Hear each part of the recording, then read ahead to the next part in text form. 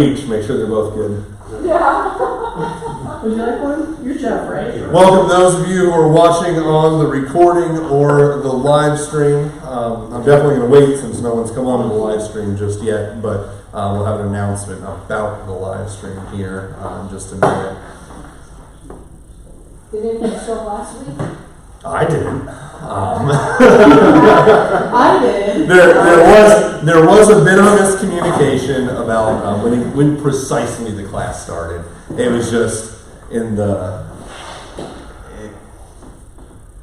rapid fire mess of the conclusion of Lent and Holy Week. Yeah. There was just a wire that got crossed. One or two words that was misunderstood, and an announcement went out when it wasn't supposed to. So I do apologize to all of you who did come when the class hadn't started yet, but I thank you also for your dedication to my instruction. So we are going to be starting here. This class, as I want to make sure it is very much on the record, this class is the fault and the blame for Bill Hart. So that is, of course, if you don't like the class. If you decide this one isn't for you, go talk to Bill. If you loved it, come let me know. That's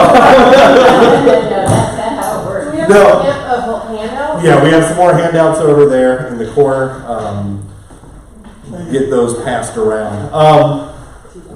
Although, all joking aside, this does give me an opportunity to put this out there. This class is actually, in all seriousness, the result of Bill Hart. Insofar as about this time last year, I requested requests. Right, so I put out for I had little half sheets, which I need to print more of for you guys, of what do you want to learn about.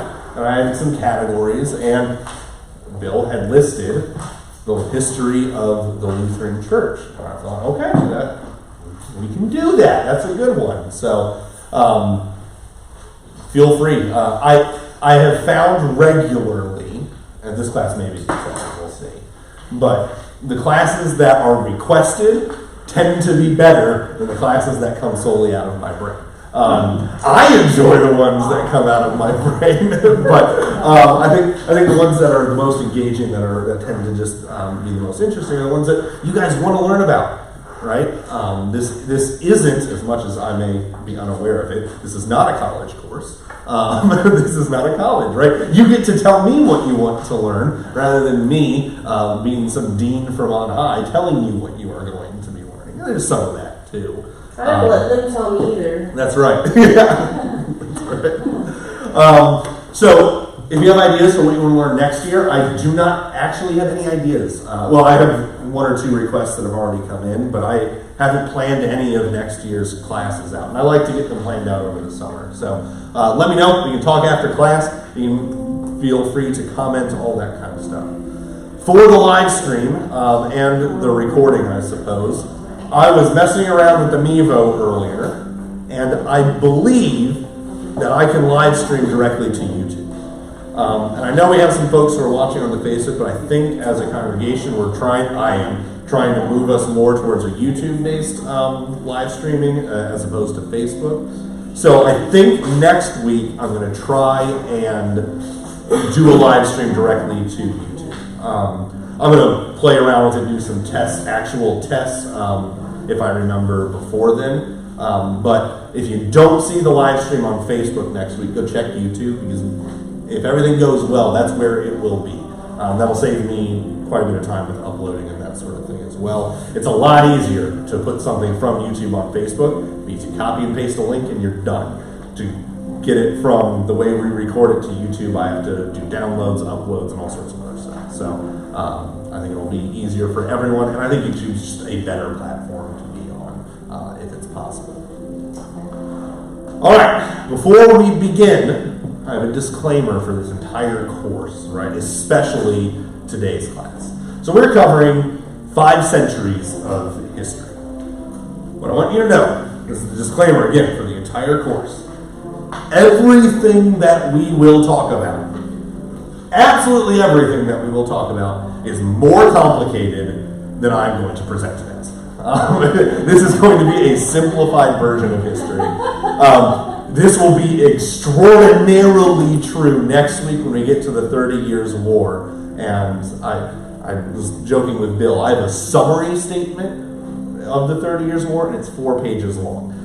And that really is the bare minimum bullet points to even have a vague understanding of that conflict, which I'm guessing, if you're anything like everyone I've ever spoken with, you don't have a good understanding of the 30 Years' War. It's a war that kind of just slips most people's knowing, partly because it is so fantastically complicated.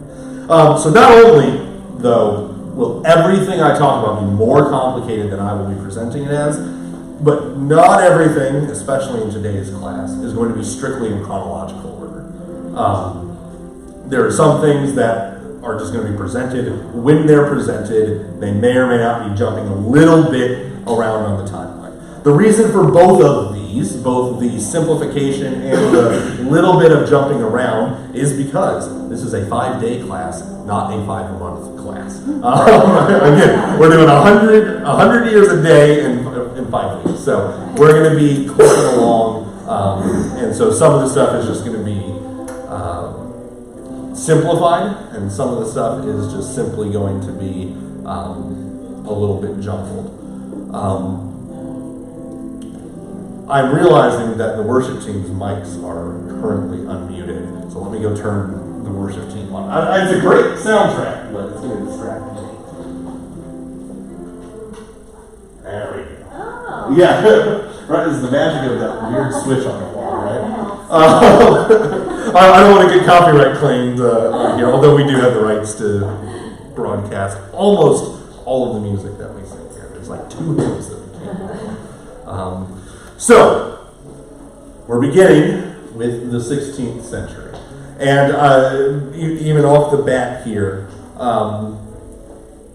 we are not covering the entire history of the 16th century. I mean, that's obvious. Technically, we're not really even covering the entire history of the Lutheran Church. I've chosen, for the sake of time, for the sake of complication, and for the sake of availability and accessibility, to largely, not entirely, but largely skip over Reformation history. So the history that surrounds Martin Luther's life, we're going to be hitting some of, but things like the fact that he was a monk, and how he became a monk, and how the whole 1517 indulgences things, we're skipping over all of that. That, we could do the Reformation as its entire own course and still not cover, longer than this one and still not cover everything. So we'll hit some of the highlights of the Reformation, especially as they help give us a picture going forward. But we're really not going to be getting into the nitty-gritty. There's no "here I stand" speech in this class, right? That'll be for another time, another place. And quite frankly, the Reformation was both theologically speaking and just historically speaking so utterly significant that there's been a lot written about it. There's a lot. It's very easy to access information. So if you're interested in a history specifically of the Reformation, let me know. I can give you plenty of book recommendations. I got like 2 whole shelves about it on my bookshelf. But where we're going to begin our story for Lutheranism, specifically in the 1500s, is at a university, right? So this is that first bullet point here, the university that changed it all. This is the university at Wittenberg, where Luther was a professor, and really is kind of the epicenter of the Reformation. Especially if you want to look at the Reformation as more than just Luther, which you really should. If you see the Reformation as just a cast of cult of personality type things, you're really missing the broader picture.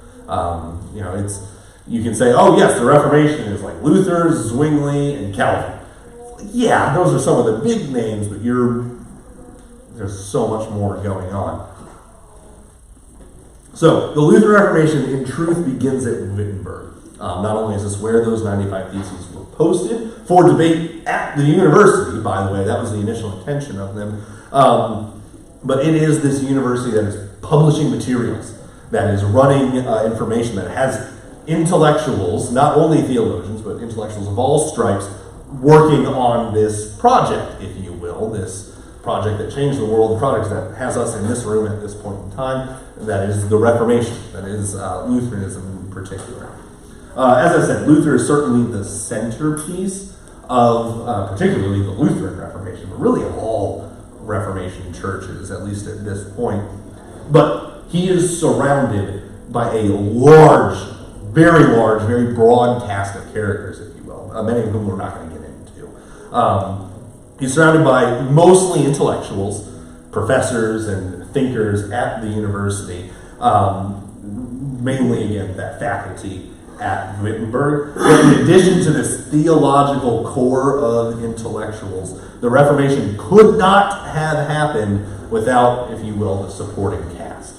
And that is chief among which artists, printers, and electors and counselors, which are one group, right? So artists, the chief of which is Lucas Cranach. He's the one who did the Wittenberg altarpiece and all these other sort of artistic pieces. He's the one who put the woodcuts together for the small catechism. If you have your Book of Concord, you can see his woodcuts. He used art, along with a large number of other Reformation artists. He used art to push Reformation theology, to push Lutheran theology, to get it out to the masses in another form, apart from treatises and books and polemics and letters and those sorts of things. The printers. I think if there is one group of people that the Reformation would not have happened with, period, without, it is the printers. Luther was not the first person who attempted to reform the church. Most famously, about 100 years before Luther, there was a, his nationality is escaping me, he's to the east, but Jan Hus, or Jan Hus, John Huss, if you're a good American, right? He attempted to reform the church. He had a fairly initially successful Reformation. He went to something very similar to the Diet of Worms, where Luther had to present himself. Huss did the same thing. And when he got there, they arrested him, burned him at the stake, along with all his books, and then it was gone. They were done. The Hussites would last a little bit longer and would actually still exist at the time of the Reformation, but they had no influence. Because the Catholics were able to just burn everything. And it was done. Couldn't do that with Luther. Why? Because of the printers. Luther had all of his documents at Worms, but it was not all of the copies. Right? It wasn't even a small number of copies. These copies were everywhere. Especially the 95 Theses. The printers went absolutely wild in distribution of the 95 Theses and a lot of the early works of Luther. And that really not only lit a fire in the Reformation, but also made that fire big enough that it couldn't be instantly stamped out. There was just the material was out there, and you couldn't get the cat back in the bag, right? We have a very similar phenomena, right? And I make jokes about it, right? Once it's on the internet, it's always on the internet, right? In the same way, although it wasn't clearly to the same extent, once the printers at Wittenberg got a hold of it, it existed. We have it today. Probably not exclusively, but it's pretty much the case. So the printers were enormously important. Printers at Wittenberg were the most important just because they were the ones who were the first to get it and distribute it, but printers throughout Europe became incredibly important. And then the electors and the counselors. These are the ones to give political protection to Luther and to all of the reformers and give, at times, might of arms, swords, shields, suits of armor to protect the Reformation, and also to provide safety, amnesty, protection, and also a form of legitimacy. We'll see that the princes were very important for who was a Lutheran and who was a Catholic. It had a lot to do with what the prince was. Probably worth pausing here. I say princes, electors, counselors. Germany is a word that I will be using. It is an anachronism to some extent. There were Germanic people. They would have called themselves collectively Germans. but they were not collective. Much like when we think of ancient Greece, we can say, oh yeah, the Greeks, but the Greeks, right, what's the common phrase? The only people that the Greeks hated more than each other was everyone else, right? But they still hated each other, right? It's not quite that bad with the Germans, but we're looking at individual municipalities, cities, smaller, sometimes larger territories controlled by various levels of prince, elector, counselor, governors, and they all have names and titles, and they all did slightly different things. It's not really relevant here. Prince and elector are the two big ones. Counselors are much smaller. But you even just had dukes and knights and all that sort of stuff. And this is relevant to the governing structure that was this conglomerate of German city-states. In fact, it isn't until about 15 years or so before World War I that Germany becomes Germany. Until then, it is just a bunch of city-states. So we can pause here for just a moment. Any questions on this kind of foundational stuff? All right. One of the things that really also helped push the Reformation forward and is a lasting impact of Luther's is that Luther emphasized not only literacy, but also bringing the Word, the Bible, specifically to people. As such, Lutherans became early champions of education, universal education, and that means both education for boys and for girls. This was somewhat revolutionary at the time. For those of you who were in my intertestamental class, you know that he's not the first. Queen Alexandra of the Hasmonean dynasty also had universal education for both boys and girls in her that were under her control. But largely in Europe, well, really very few people, if you didn't have money, you were not going to school. It didn't matter if you were a boy or a girl. But the Lutherans are some of the earliest groups to push for universal, regardless of class and regardless of gender, education. They wanted everyone to be literate because Luther recognized the importance of reading the Bible and the importance of being able to interact with the things that the universities were putting out. But most of all, interacting with the Word of God itself. That's why Luther translated the Bible into German. That's why a lot of people were translating the Bible into the language of the area. Luther's not the only one to do that. He's just the one who did it for the Germans. But this push for education is a major impact, not only in Reformation history, but in the history of Europe in general. You'll see in secular lists of good things that come out of the Reformation, universal public education is often very high on that list. And that's something, again, Luther's not the only one, not the first one, but he's one of the major ones here. In 1518, this is a year after the 95 Theses, Philip Melanchthon took a leading role in the faculty at Wittenberg as the preeminent Greek humanist. Now, there's a lot of words in one name that may or may not be terribly familiar. Basically, a guy named Philip Melanchthon, who was a professor and a lawyer, was really good at Greek and the classic studies, and he was the chief teacher at Wittenberg in 1518. If you know the name Philip Melanchthon, which you might know or recognize that, he is the one who ended up writing the Augsburg Confession. He becomes Luther's protege, at least theologically, although on the faculty he was above Luther. But what Melanchthon does is, because he's such an early and adamant and brilliant adopter of Luther's theology, he takes a lot of Luther's ideas and puts them in a form, refines them for the intelligentsia, right? For this extremely highly educated class of people, and he does this in Latin and Greek, which is important. And Melanchthon was tremendously talented in these classical languages. He, in fact, used this to change the curriculum at Wittenberg to kind of fit Luther's vision, right? marks also an end of the scholastic period, which you don't really need to get too far into. But Melanchthon removed Lombard sentences as the primary theological teaching tool.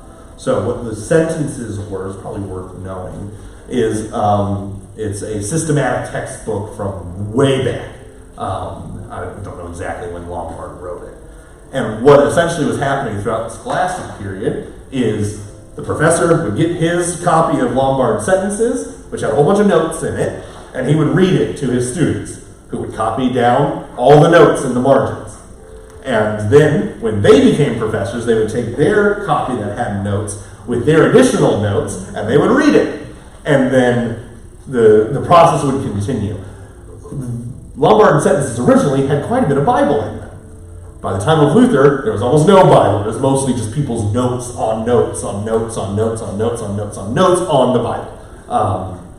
Melanchthon removed that and shifted the theological focus of Wittenberg back to the Bible.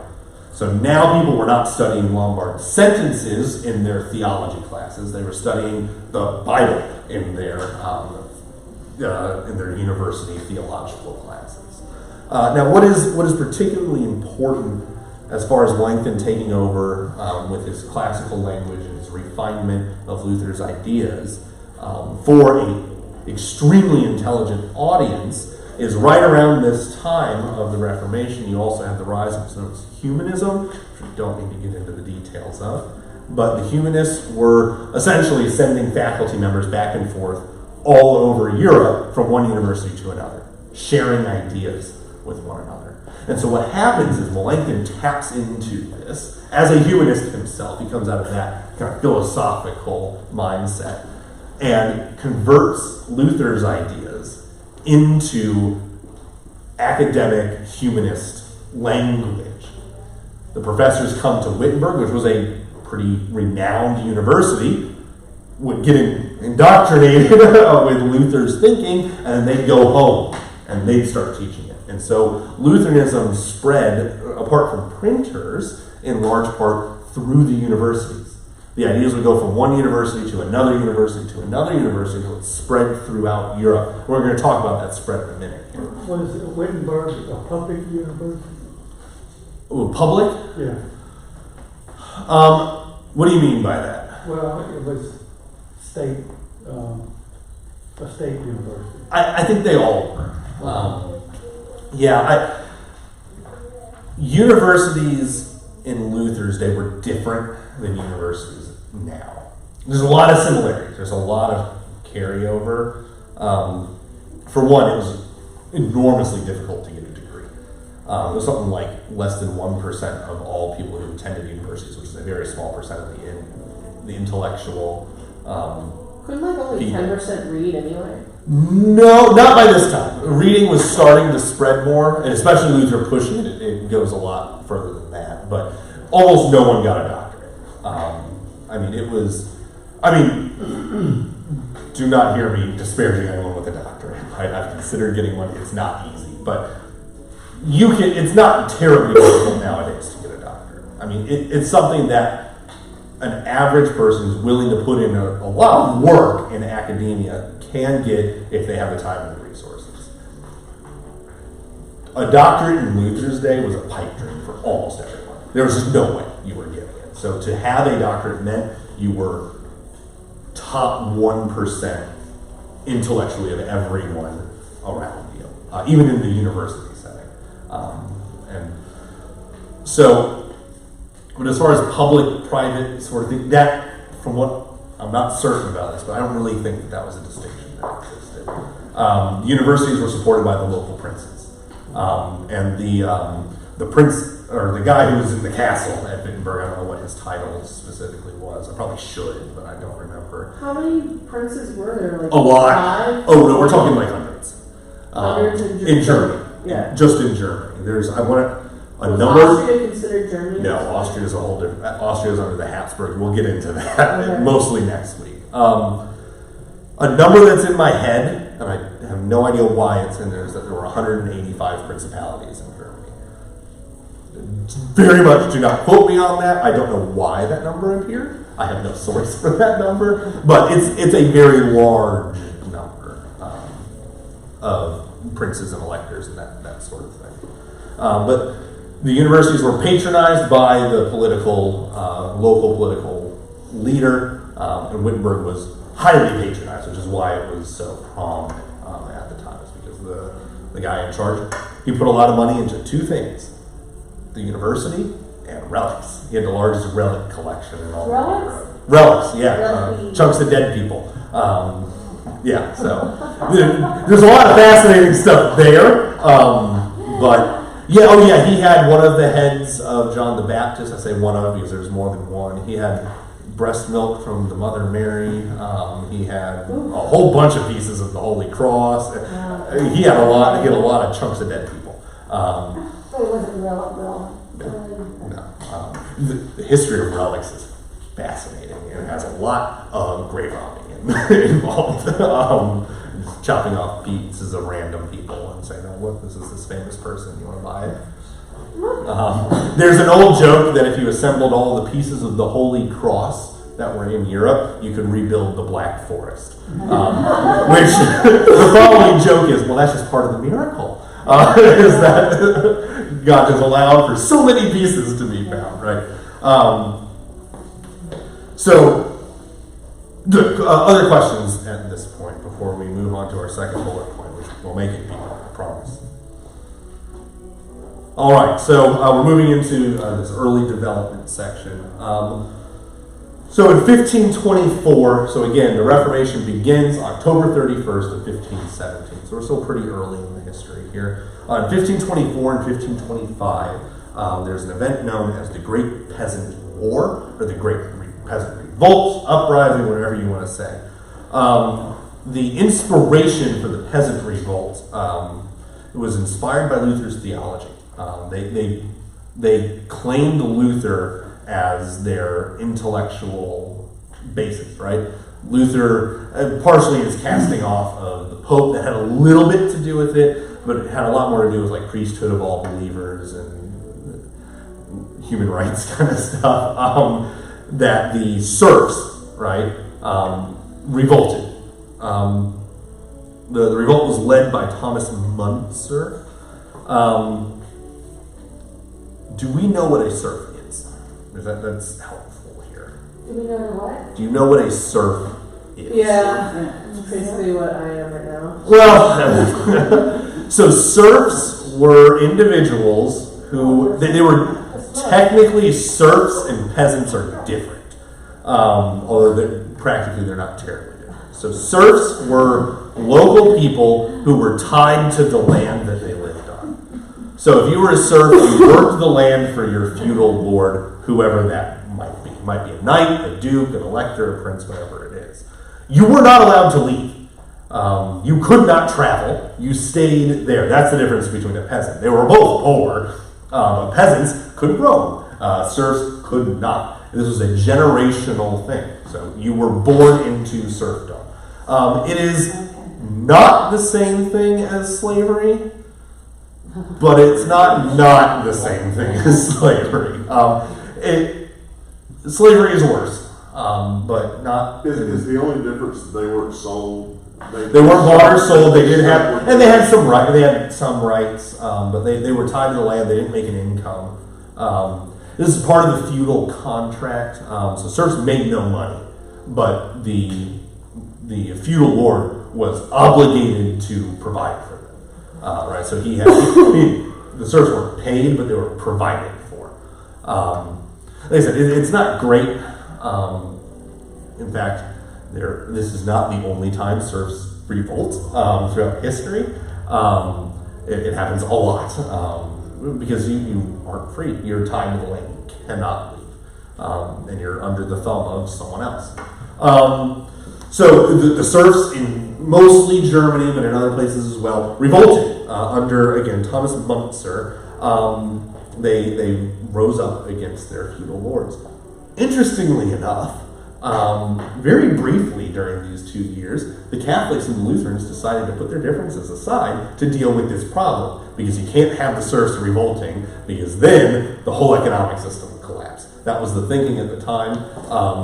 I'm personally, I'm going to say I'm not entirely certain that Luther was in the right side of this one, but Luther looks to Fourth Commandment issues, is essentially the stance Luther takes on this. But yeah, both the Catholics and the Lutherans said, I know we don't like each other, but if we let this go on, and it's going on because there's conflict among the ruling class here, then this is going to be bad for everyone. It was a pretty gruesome affair. The peasant revolt basically ended with the German princes massacring a bunch of the serfs to get them back into line, which, to his credit, Luther did say, hey, the way you did this was not okay either, right? But they were doing it wasn't right, but, massacre is also not right. So, but that's a very brief time that the Catholics and Lutherans, very early in the Reformation, got buddy-buddy with each other. And it was for the real fun reason of putting other people down, which again, not ideal, a little bit of a black mark, but we're allowed to say that Luther made mistakes. I mean, that's an okay thing for us to do.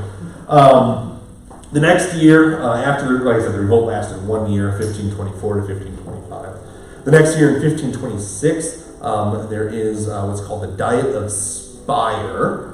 And the decision at this this diet, which a diet is just like a gathering of rulers to make a decision.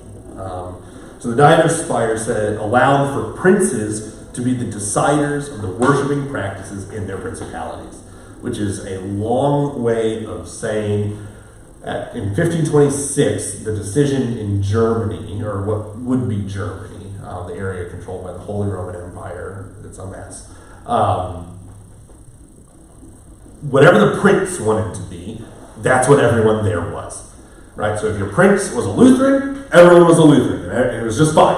And if your prince was a Catholic, everyone was a Catholic, and everyone just kind of agreed to disagree. There were two exceptions to this. Oh, no, the exceptions come later, sorry. So 1526, the Diet of Spire says we're just going to let bygones be bygones, let the princes figure out what they want to do, and it'll work. It'll all work itself out. In 1529, the decision was repealed. Charles and the Holy Roman Empire, which we'll talk about in a little bit, decided to revoke that decision. So no longer could the prince decide, everyone was Catholic. Which, as you might imagine, sparked more Reformation stuff going on. Also in 1529, not directly linked to this repeal of the decision, but certainly influenced by it, is the Marburg Colloquy, which, interestingly enough, you all have heard of recently, at least if you were at the Maundy Thursday service. The event, I don't know if Pastor Jordan actually used the name, but the event where the Zwinglians, because Calvin wasn't a thing yet, and the Lutherans got together to kind of try and sort out their differences, that was the Marburg Colloquy. Again, they agreed on something like 17 of 18 points. The idea was, hey, we have two branches of the Reformation. One of them is primarily German, it's called Lutheran, and one of them is primarily Swiss, the Zwinglians. Ulrich Zwingli was the leader. They were reformers at similar times. They were very similar in their ideas, especially in 1529. There's much more divergence later. And they said, okay, let's get together. Let's figure out if we can be on the same team. Like, full on the same team. And they left saying, no, we can't. The issue of the true presence in the Lord's Supper was too big of a hurdle for both of them, to be fair. It wasn't just the Lutherans being grumpy and saying, oh, if you don't think it's our way, then you're out. It was both sides parted in the end amicably. I will say there's a great little story about how Zwingli is talking about the Lord's Supper and about how it is representative. And Luther pulls out his enchiridion, which is, I've mentioned this recently, it's just your pocket knife. It's also what Luther calls the small catechism. So he pulls out his pocket knife and starts carving on the table. And then he storms out. Well, he slams the knife down, points, and then leaves. And he wrote down, is means is. And he's like, we're just done, right? He later apologized for that. He's basically for being too melodramatic. And he said, I'm sorry, Zwingli, that was a bit much. But it's like we don't agree with each other, but let's part as friends. Is kind of the way the Marburg colloquy ended. But that is the closest and the last time the Lutherans and what will become the Calvinists were buddy-buddy with each other. Zwingli is kind of a pre-Calvinistic theologian. He died in battle. Things didn't go well for him. I'll give you more details if you really want them in the recording. But Zwingli did not make it to the end of the Reformation. He was killed by Catholic forces in Switzerland. And Calvin ends up taking up his mantle, adjusting his theology, and then there aren't really Zwinglians around anymore. Although there are people who still read his stuff, but really they're Calvinists now. In 1530, a number of the electors and the princes of Germany made public confession and commitment to the teachings of Luther in the Augsburg Confession, which we studied earlier this year. So that's look at that, it's all coming together, right? This is the Augsburg Confession was very much spurred on by the repealing of the Diet of Speyer. Charles said, "You cannot be Lutheran anymore," and they said, "Yes, we are, and here's what we believe, and we're standing by it. We're standing by it publicly." Throughout all of this, and this is one of these weird just things that I included here because I don't really know where else to put it, but throughout all of this, Lutheran liturgy is developing. It's starting actually to look not terribly different than our Divine Service Setting 3, although there are some pretty dramatic differences. But Lutheran liturgy is departing from Catholic liturgy insofar as it is emphasizing the proclamation of the Word, which is replacing ritual as the centerpiece of the service. So you've heard like smells and the bells, and that was very extreme in the Catholic Church of Luther's day. Nothing mattered other than the priest doing the right things at the right times and saying the right things. It was a ritual. Luther shifts that and says, no, we want to shift from rote liturgy, or rote ritual rather, to proclamation of the Word. And then later, another major emphasis, which is our current major emphasis, by the way, is the administration of the sacraments as well. But initially, the departure is to the proclamation of the Word. Songs and hymns were introduced into the service. Now, there was plenty of singing in the Catholic services before Luther, but none of you would have been doing it. It was the choirs and the various groups of cantors. Everyone else was silent in church. Luther said, no, I'm going to make you all sing. And so this is why Luther has so many hymns that he wrote. And just a great fact. You had a whole bunch of people who have not been used to singing in church. How do you get them to sing in church? By writing it to songs they know. By writing it to songs they know, because they're singing, and you know where they're singing? The field. In the pub. No, so Luther would go to the taverns, and he would listen to drinking songs, and he would write Christian lyrics to them. You know at least one of these that began its life, at least the tune, as a drinking song. It is A Mighty Fortress. The tune of A Mighty Fortress is an old German drinking hymn. Or we say hymn, but an old German drinking song. Funnily enough, and I'll tell you a cool story later, so is the tune of the Star Spangled Banner. It's a British drinking song. But we can talk about that another time, and I can tell you why that's our national anthem now. It's a fun story. Has nothing to do with any of this.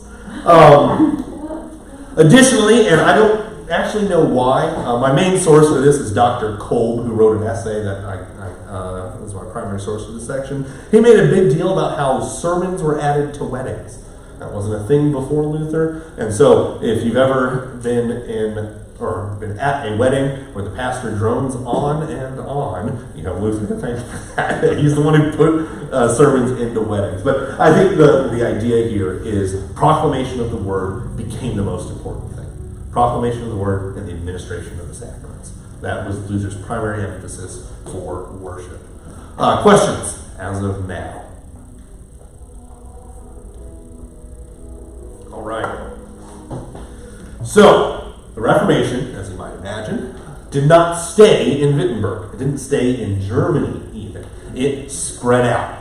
And so, the spread of the Lutheran Reformation is really going to be on the next chunk that we're going to talk about here. So due to the lingua franca of Latin in academia, with the addition of the printing press, the theology of the fledgling Lutherans was able to spread quickly to other countries. So this is what I was talking about earlier, right? The various, it didn't matter what language you spoke, all the professors knew Latin. And so when all these theological things were happening in Latin, it didn't matter if you spoke Swedish or English or German or Hungarian.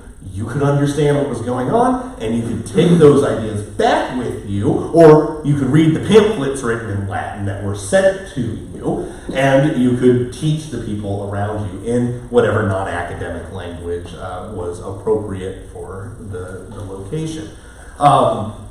And the Lutheran faith, the Lutheran conception, the Reformation, spread very quickly, particularly north and east. So early academic adopters, and again, if the universities are adopting it, you can be willing to bet that pretty soon everyone's going to be adopting it, right? Because who are the universities teaching other than themselves? The princes, and what the prince believes is what everyone else believes. So early academic adopters and sympathizers to the Reformation were particularly strong in Northern Europe, with the Slovaks, the Baltic states, the Magyars, and Hungarians showing particular interest. Bonus points to whoever knows where in the world the Magyars are or were. I think they still exist. Hungary. Yeah, I had to look it up. Well done, Tom. I used to collect stamps when I was little and they... Oh, did you really? Yeah. Now, here's the point in the class where I was very tempted to show you a gift I received recently, which is a Hungarian coin. But the coin predates the Reformation. It has nothing to do with the Reformation, so I decided just to leave it there. But thank you, Jeff. I really appreciate it. It's on my desk now. But those are some of the more Baltic states that took a particular interest. In addition, Reformation fervor spread quickly in the Nordic countries. Specifically Denmark, Norway, Sweden, Finland, and to an extent Iceland, although the Catholic presence there was also pretty strong. Fascinating history of religion in Iceland, but nothing to do with what we're talking about here. While Lutheran theology was embraced and largely adopted in these regions, it was by no means a smooth transition. It wasn't like they got a pamphlet and now all of a sudden everyone's a Lutheran. Not only did it just take time to disseminate information, but in each of these areas, there was pushback. There were people who thought that the Lutherans were wrong. There was particularly strong Catholic pushback in Norway and parts of Hungary. In fact, Norway entered into a minor civil war over this whole thing, where something like 100 of the nobles really wanted to be Lutherans, and also wanted political rights and things like that to be taken away from the king. So the king just killed them all, and then sparked a revolution and all that kind of fun stuff.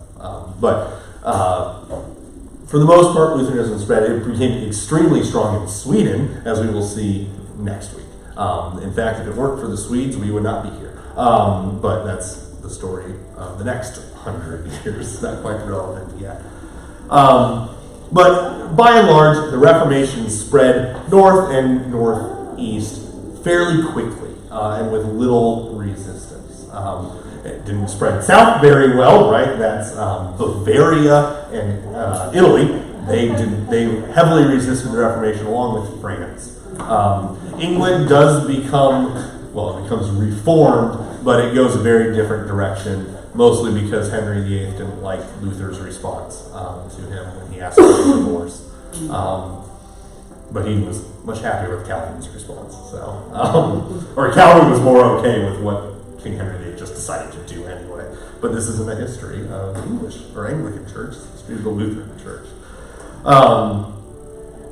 So questions about the spread of Lutheranism? It's kind of just a catch-all topic here. So it's mostly Northern Europe. Mostly Northern Europe, and that in large part remains true to this day. If you want to know where the nominal Lutherans or the Lutheran state churches are in Europe, it's in the Baltic and the Scandinavian countries largely. Some of them are faithful, some of them are not, but we got to go another 4 centuries or so beyond where we are now to really understand that. Good. Any other questions? Yes, Bill. I wonder how much they were embracing the theology versus opposing the abuses of the Roman Church. Yes. We'll see next week that embracing the theology did become very important. Initially, though, I think you're adjacent to the correct answer here. There were certainly abuses by the Catholic Church, but a lot of these countries, right, Norway, as I kind of just brushed over, becomes an example of this, saw the Reformation as an opportunity for political reform. There's a reason why shortly after the Reformation, shortly in the next couple hundred years, a whole bunch of monarchies fall, a whole bunch of constitutional monarchies pop up, and these sorts of things. It's in part because of, and by the way, I said, you get secular lists of the effects of the Reformation, education's up there. This is another one, is kind of Luther's thoughts led to opportunities for minor and lesser nobles, like not the ruling family, to enact political change. That was under the surface, right? Humanism, that thing that I kind of mentioned a couple of times, this new philosophical understanding, has a lot to do with this as well.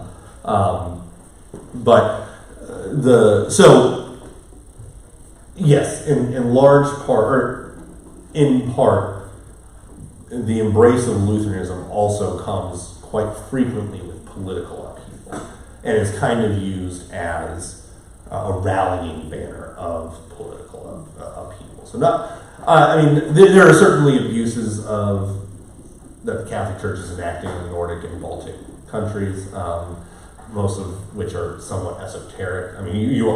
Most of the indulgence abuses were in Germany, or what we would call Germany, the Germanic provinces. They didn't really make it up. Tetzel wasn't going to Iceland to squeeze the people up there for money, right? That just isn't what was happening. But there were some abuses, but a lot of them were people who said, ooh, look, here's a chance for us to have political reform as well. That's going to be a bit of a backdrop of the 30 Years' War, which we'll get into next week. So people are rarely, there's a word that's escaped me, people are rarely monoliths, right? What? People are rarely monoliths. They very rarely are like one thing. People usually have a lot of motivations and a lot of things going on in them. When we look at historical figures, it's easy for us to say, oh, this person was motivated by religion. It's like, well, okay, maybe, but he had a lot of other things going on, but he lived 500 years ago and didn't write anything down, so we get simplified, or she gets simplified, right? And so I think to answer your question, yes, people were interested, absolutely, in theological change, and this came with the Word of God. That is a big part of this, especially the folks that do end up becoming Lutheran. But there's also, hey, here's some political opportunities. We can get more power, we can rearrange things in a way we like more, that sort of stuff is absolutely happening too. So people are motivated by all sorts of stuff. Good. Any other questions before we... So is the name Lutheran already tagged? He wanted them to be called evangelical. Yes, Lutherans preferred the term evangelical. Why? It means gospel people, right? There's one other word too. It was not proletariat, but it was some. No, Protestant. No.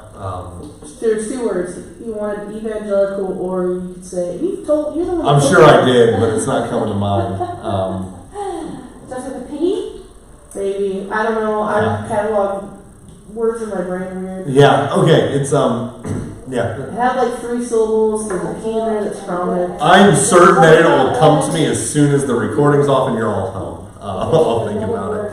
But yeah, Luther hated, and most Lutherans hated the name. The Luterano was a name given to us, mostly by the Catholic Church, right? What's it called? Luteranos. And so they didn't like it. They said, no, we're not. Because the idea is, we're following Luther. And the thought was, no, we're not. We're following the Bible, right? We're following the gospel. Call us evangelicals. But then everyone else was saying, no, you're Lutherans. And then eventually, probably after the death of Luther. I could see him hating it. He absolutely hated it. Probably after the death of Luther, the Lutherans finally just said, fine. If Lutheran means people who are driven by the gospel, then call us whatever you want. But this is who we are, right? So I'm using that term. It was around as soon as Luther kicked off the Reformation. It's probably not what they were calling themselves, but it's what we call them, and so it's easier. Right. Part of that, everything's more complicated than I'm making it, sort of thing. Good. Speaking of, with the death of Luther in February 18th of 1546, the Reformation continued to move forward, right? So this wasn't Luther, like I said, was a centerpiece, but he wasn't the whole thing. So the Reformation continued to move forward and codify its beliefs and its practices. After the death of Luther, not necessarily caused by the death of Luther, but again, probably figured in somewhat, there's a brief war known as the Smalcaldic War, which if you remember way back when we did the Smalcald articles and studied those, I mentioned that the Smalcald articles were prepared for a potential council that never happened. But alongside that, a number of princes and electors formed a political alliance known as the Smalcald League.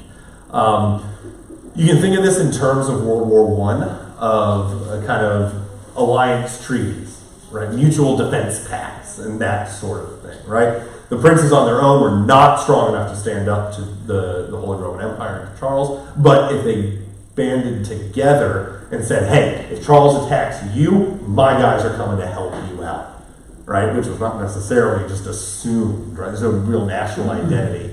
But anyway, the Smalcaldic League moves into a city, the city of Fusin. They occupy it, and Charles of the Holy Roman Empire responds in force. He didn't like that, he attacked him. So again, it's entirely a political thing.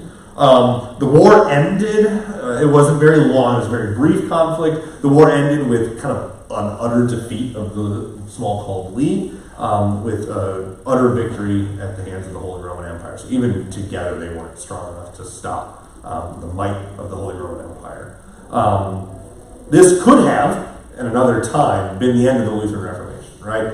All of the German princes who were all in league together protecting this thing had just been smashed. But the ideas were far too widespread to far too many people. It couldn't just be stamped out with the small conflict.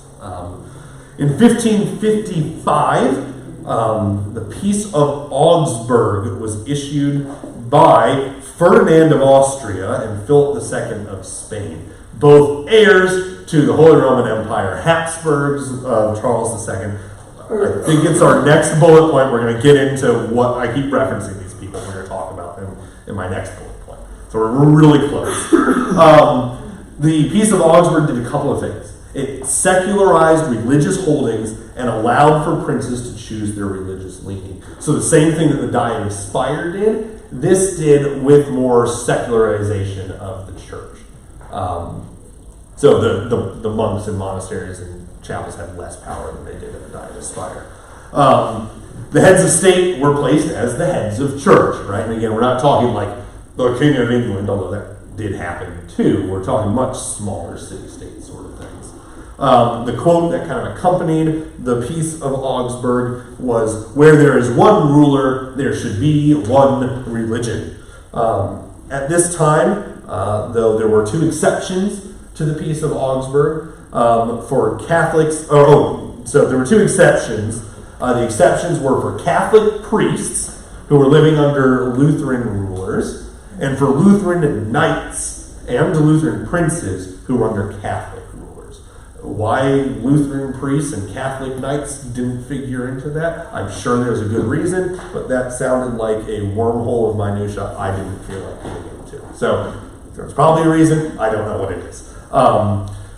However, the Peace of Augsburg, and this is going to be crucial as we move into next week, the Peace of Augsburg only recognized Catholics and Lutherans. So all the Calvinists running around out there were just utterly ignored. They did not count. It did not matter if the prince was a Calvinist. He said, okay, you get to choose between Lutheran and Catholic. Pick the one you like, which was almost always Lutheran, which is going to cause some heads to butt later. We'll get into that. All right. Here's my side note, but I got a little bit detailed here. We can talk about the Holy Roman Empire now. Why in the world was Charles II, is the emperor of the Holy Roman Empire, why was he so determined to bring the German princes to heel? Why did he fight wars against them? Why did he just absolutely go, he went absolutely crazy trying to keep these German princes in line? So much so that he revoked their rights They had to enormous be. wealth between them. It was not actually the wealth. I mean, there was a lot of wealth, but that wasn't really the main issue. So, but before we get into what is going on with Charles II, let's talk about Crazy. He's not actually. That's a bit of a historical misnomer. He was grotesquely disformed, though. As I joked earlier today with someone, your parents can only marry their siblings and cousins for so long before bad things happen. So, the Holy Roman Empire is, I gotta say the classic line here. If you've ever taken a history class, you've heard it before. The Holy Roman Empire was not holy, nor was it Roman, nor was it an empire. But it was what it was. So the Holy Roman Empire, next week, just for the sake of simplicity, I will be conflating with Austria. So there's a big ruling family, and when I say a ruling family, they ruled most of Europe, known as the Habsburgs. You've probably heard of them before. They were that huge. There were two major branches of the Habsburg dynasty. One was in Austria, largely called the Holy Roman Empire, and then one was in Spain, which is just the Spanish. These do not correlate to modern day Austria and modern day Spain. They were much, much larger. The Holy Roman Empire controlled all the way down into Italy, mostly up to Rome. Not quite, but pretty darn close. In fact, Rome was technically under the auspices of the Holy Roman Empire because of Charlemagne, like way a long time ago. The Spanish controlled a big chunk of France. The Austrians controlled a chunk of Switzerland, a chunk of Germany, Hungary, a whole bunch of that area, and more. Charles, due to dynastic reasons, was in charge of both halves of the Habsburg dynasty. So Charles was in command of both Spain and Austria during his lifetime. This is why you'll sometimes hear that at the Diet of Worms there was a Spanish emperor that was presiding over the thing, and you might think to yourself, hold on, we're in Germany. Why is there a Spanish king who's in charge of this whole thing? Habsburgs, inbreedings, they control a lot of Europe. And that's the short version of it. So, why in the world was Charles so determined to bring the German princes to heel? Well, we need to go back. Before we go back in history, it's not, Bill, due to religious fervor. Charles II was not a particularly theologically minded individual. Funnily enough, Henry VIII was. He was declared a defender of the Catholic Church before he wanted a divorce and then that whole fun thing. Syphilis. In one story, it took place at the Diet of Augsburg, where the Augsburg Confession was presented. And I told you the story in more details, actually, during that class. Charles challenged one of the Lutheran princes on a principle of doctrine, and vaguely, in the way emperors do, threatened that he might not live to the end of the day if he continued to disagree with the emperor. The prince responded, here's my head, you can have it, I'm not changing my mind. To which Charles started screaming, very panicked in broken German, head not off, head not off. So he's like, no, I'm not going to kill you because that's going to cause a big problem, and I need you guys on my side. Charles really didn't care about the theology of what was going on in the Reformation. The real reason why Charles was so determined to bring the Lutherans to heel and to bring them back into the Catholic fold was the Ottomans. All right. Oh, that's right. He Yep. had an army. So, The what? the Ottomans, also known as the Ottoman Turks, Oh, yeah. these were they're the Ottomans, a Muslim empire largely at this time under the control of Solomon the Magnificent, or Solomon the Great, or Solomon the Lawgiver, depending on which particular moniker you like. His name took about 5 pages to write if you put everything down. So we're going to back up a little bit, and I'm going to give you kind of a rundown of what's going on in the greater European world, particularly as far as the Ottomans are concerned. In 1453, Constantinople fell to the Ottoman Turks and was renamed Istanbul, much to the chagrin of European historians ever after. In 1501, the Ottomans invaded coastal Sardinia. That's the big island off the coast of Italy. By the way, it was mostly pirate invasions. Barbarossa, if you've heard that name, he was the Turkish pirate that was raiding and enslaving people in Sardinia, which again is like right next to Italy. In 1516 to 1517, Algeria was conquered. This is northern Africa, and Spain, where Charles lived, was being raided, again, mostly by Ottoman pirates, but also just by the Ottoman Navy was raiding the countryside, or the coastal countryside of Spain, which is, again, that's where Charles lived. In 1522, Rhodes, the island of Rhodes, fell to the Ottomans. Rhodes was considered the bulwark defense fortress of the Christian Mediterranean, and that fell in 1522. This is right after the Reformation got going. In 1529, Vienna was besieged, although it was able to hold out. And this is a side note on a side note, but I can't skip this fact. How many of you have ever eaten a croissant? Yes. Do you know why you've eaten a croissant? It's because the Ottomans failed to capture Vienna. As the Ottomans were walking away from the city, it's a tradition, right? Who's had beef Wellington? Right? You had beef Wellington because Wellington won the Battle of Waterloo. It's a tradition to invent a new dish at the event of a great victory. And the bakers were on the walls of Vienna watching the Ottoman flags go in retreat. And what's on the Ottoman flag? A crescent. And so they invented the croissant in celebration of the Ottomans' defeat, which was not due to any large amount of valor, but mostly because it rained a lot. And the Ottomans lost all their cannons and that kind of fun stuff. But Vienna, which is, again, this is like mainland, heart of Europe kind of stuff, was besieged. It gets besieged a couple more times, but this is a big scary one. In 1541, the Ottomans conquered Hungary, right? The Lutherans are there at this point in time, and the Ottomans have conquered Hungary.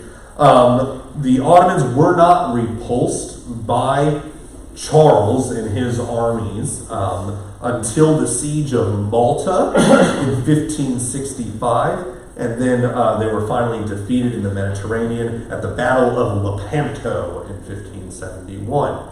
So, why was Charles so determined to keep the Germans in heel on his side and under the auspices of the Catholic Church? Someone to help fight the church. Well, who were the Ottomans, if they were invading by land, going to go to after the Hungarians? Germans. They were next on the chopping block. In fact, Luther talks about this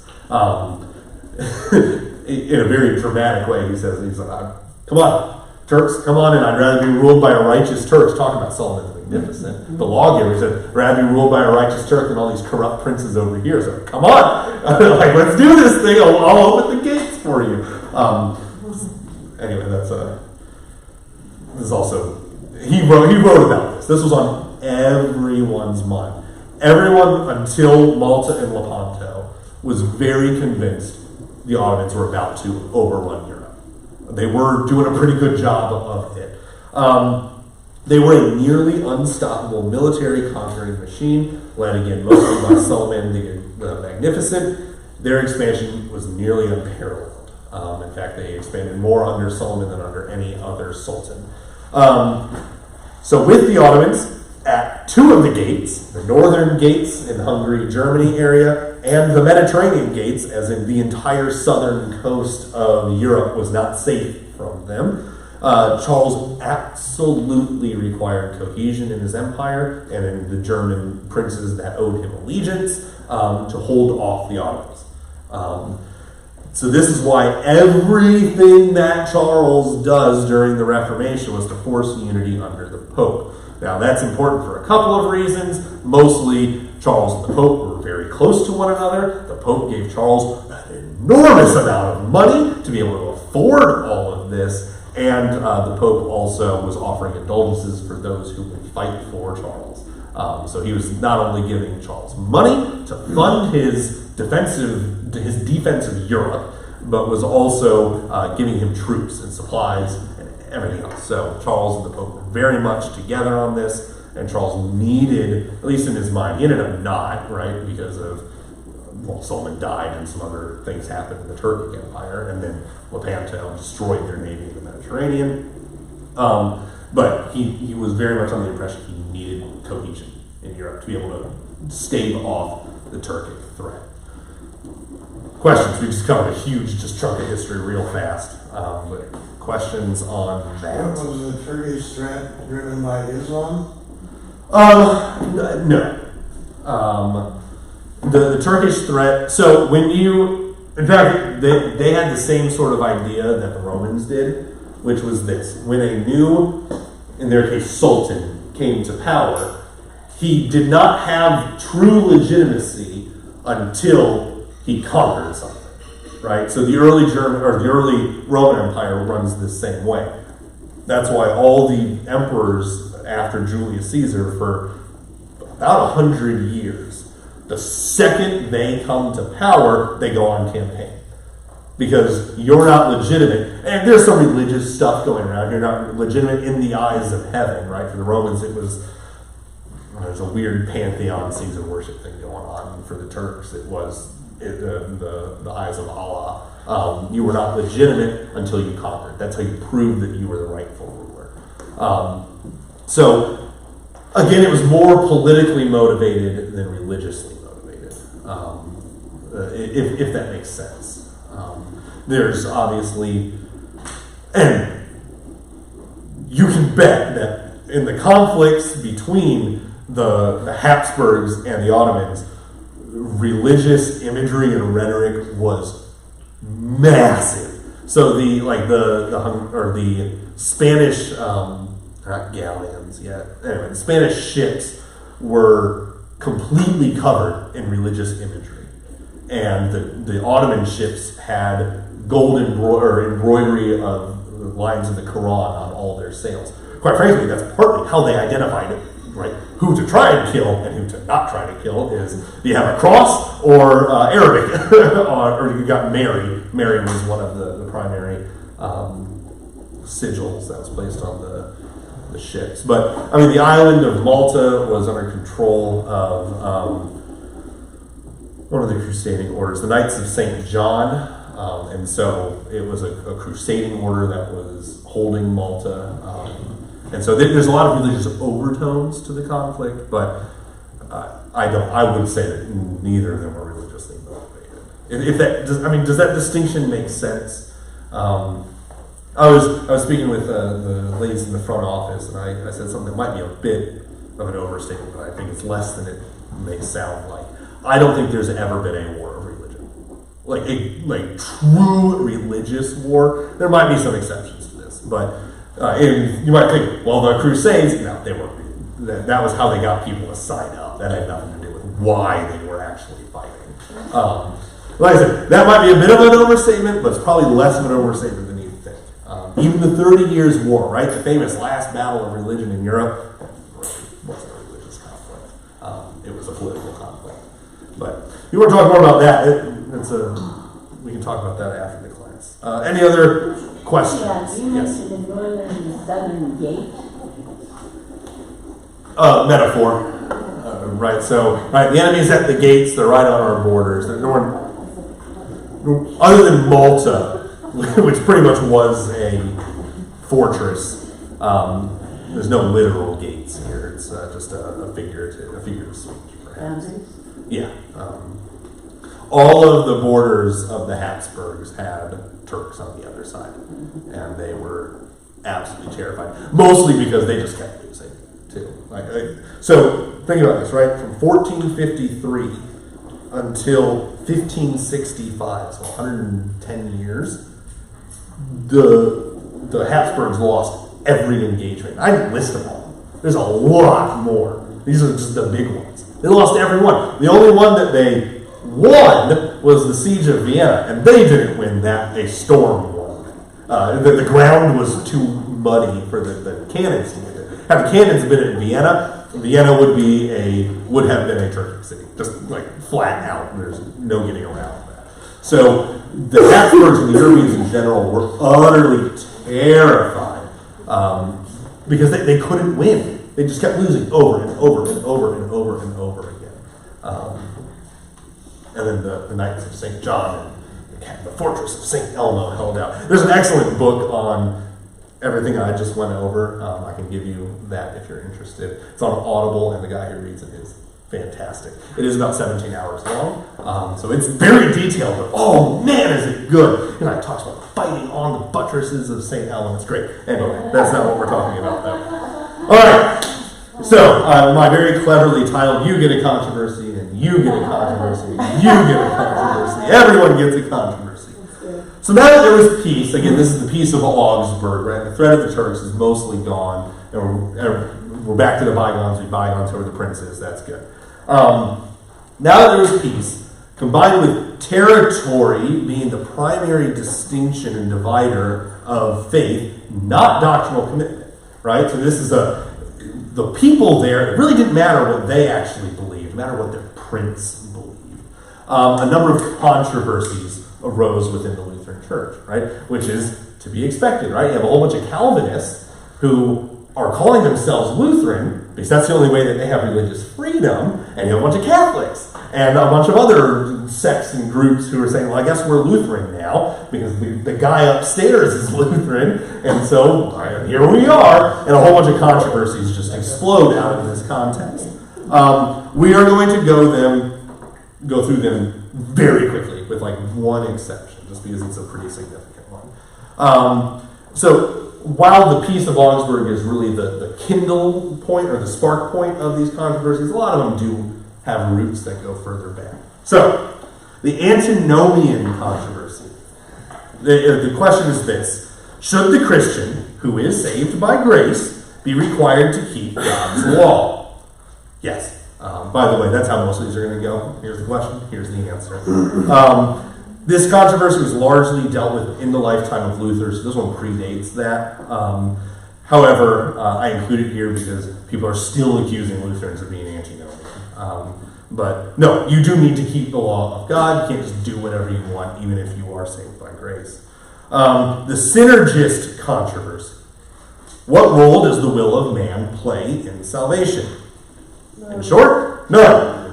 We are unable to believe without the work of God. This is mostly an issue that sprang up where Lutherans and Calvinists were next to each other.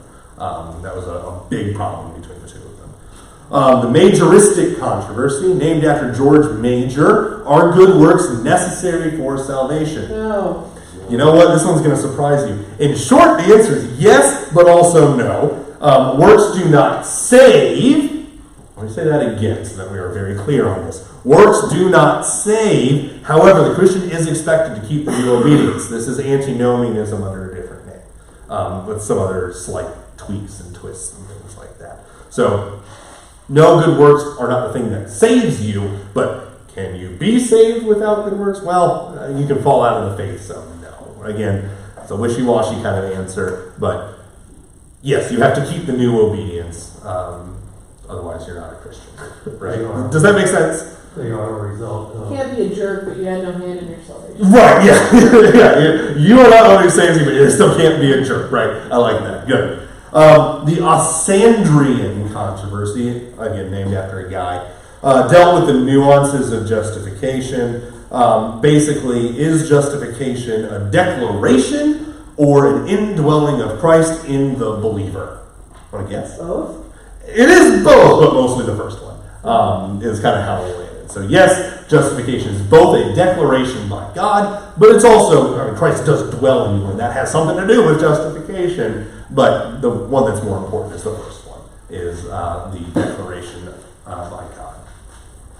The adiaphoristic controversy, which is just Doesn't matter. that's right. For those of you who don't get her joke, adiaphora is technically it is that which is neither commanded nor forbidden by Scripture. So in a lot of ways, adiaphora is the stuff that just doesn't matter, right? God hasn't given a command.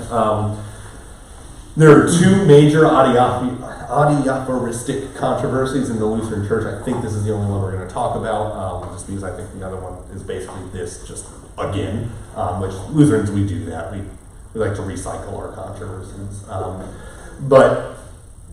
Basically what happened is in the wake of the conflict and the Holy Roman Empire's oppression, again, this is the 1529 stuff, and then further on after that, Philip Melanchthon, remember, right-hand man of Luther, sought a way to deal with the restrictions that were imposed upon the German churches. Right? So again, these are mostly, at least at this point, after the death of Luther, after the Peace of Augsburg, these are the German churches that have a Catholic prince. So what do? You still want to be Lutheran because that's what you believe, right? How do you manage that when you're not legally allowed to be a Lutheran? Melanchthon's solution, Melanchthon proposed that Lutherans cooperate in all ceremonies that were adiaphora, not expressly forbidden or commanded by Scripture. I'll give you two guesses as to how this went over with most of the Lutherans. Well, here's a hint. This is called the adiaphoristic controversy.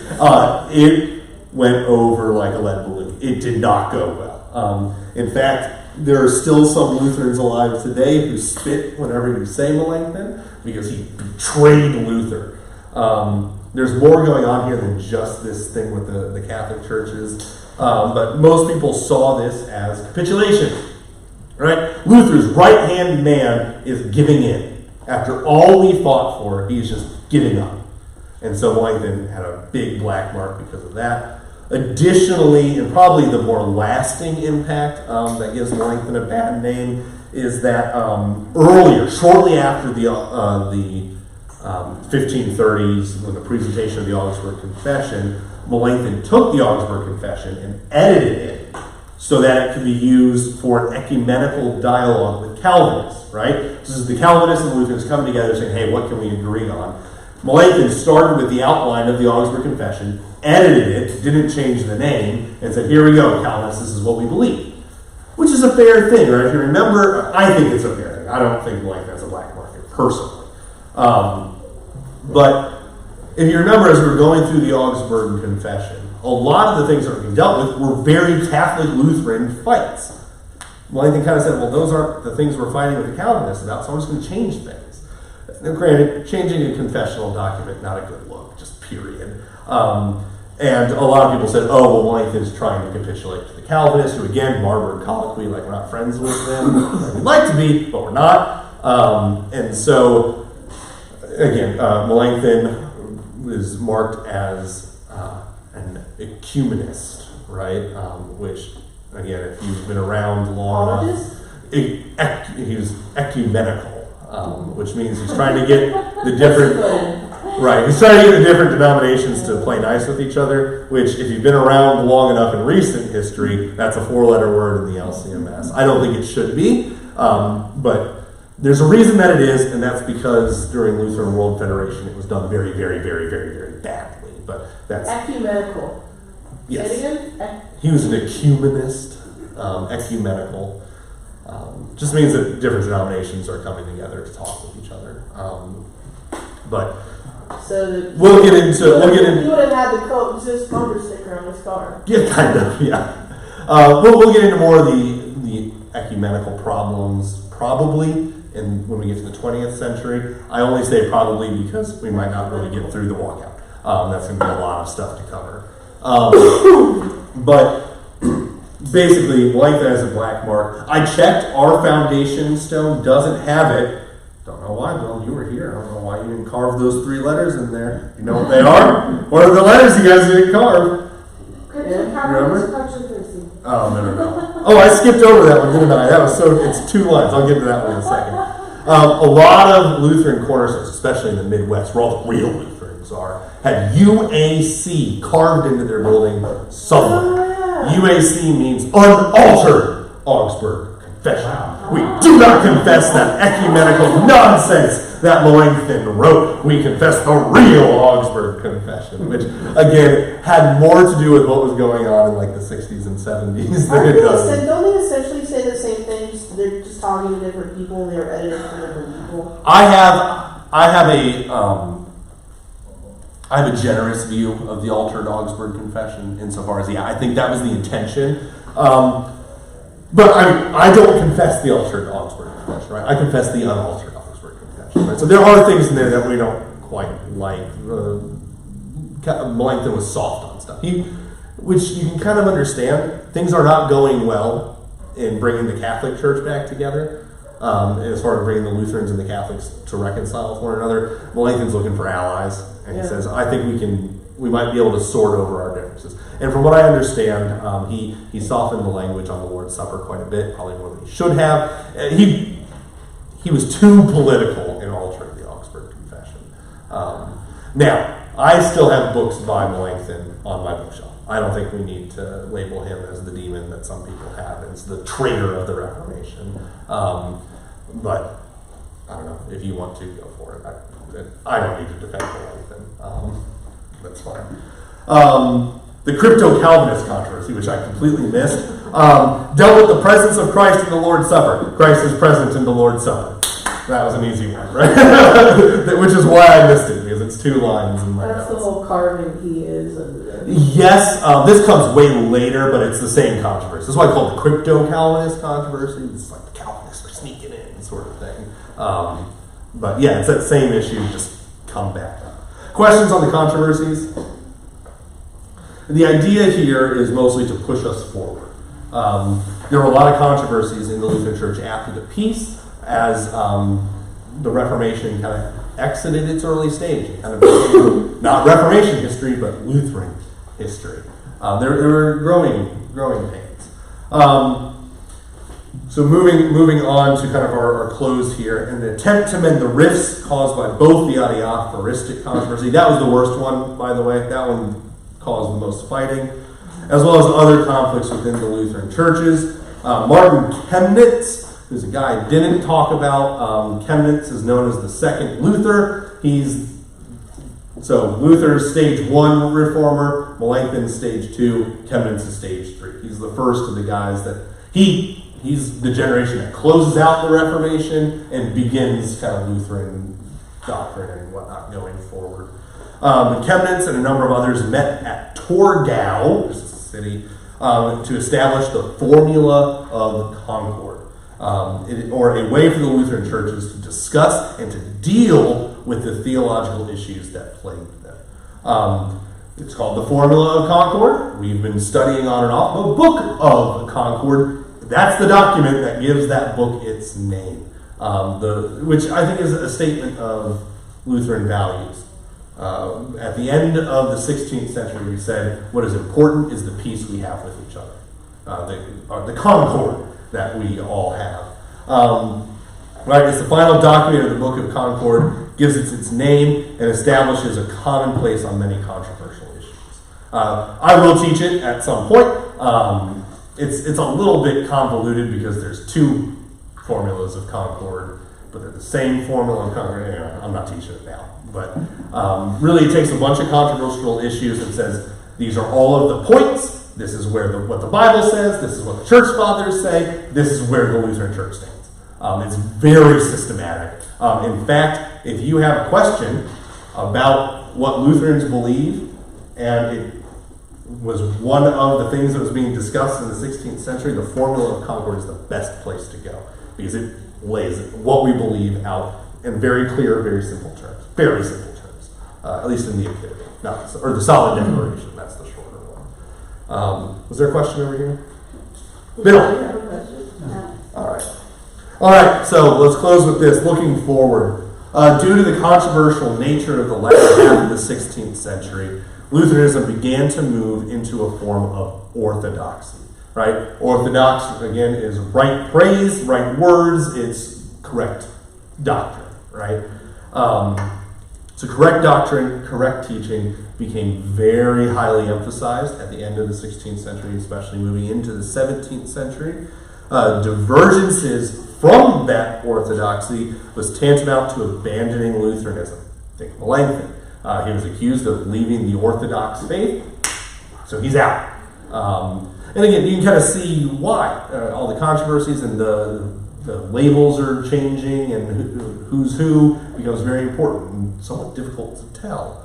One of the primary interests of the Lutheran Church at the close of the 16th and into the 17th century was confessional unity.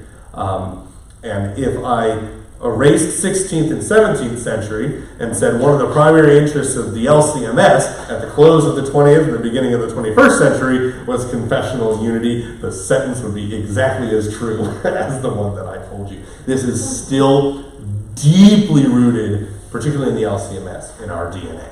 A lot of who we are comes down to confessional unity. That's why I bother teaching you the Book of Concord.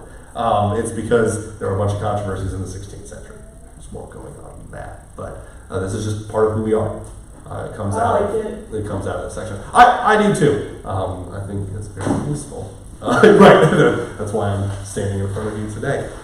You said right worship, and then what? So specifically, Orthodox, like translating that word is correct or right praise. There's also right words, right teaching is really. I'm finding that's kind of unique to Lutheranism too. Yeah, well, and this is why.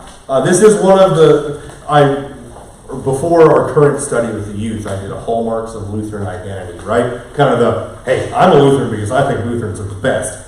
And here's why you should think that too with the high schoolers, right? And one of them, I said, is how confessional we are, right? And one of the youth is particularly interested in this because he's having arguments with his friends who aren't Lutherans. And I said, how do you find out what they believe? And he says, well, you got to ask them. I said, you don't need to do that with us. You throw a Book of Concord at them. And it's like, that's kind of it, guys. Right? We can expand on it and explain it, but that's what we believe. You don't need to ask my personal opinion. We got a book. But also kind of the emphasis we have on doctrine, on teaching, on making sure you guys know what's going on. That comes out of this, right? We are a product of our history in a lot of ways.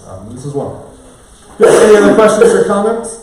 I wonder what Luther was doing last 10 or 20 years of his life when the political wars were going on. He was writing a lot. He was teaching a lot. Drinking a lot. At university.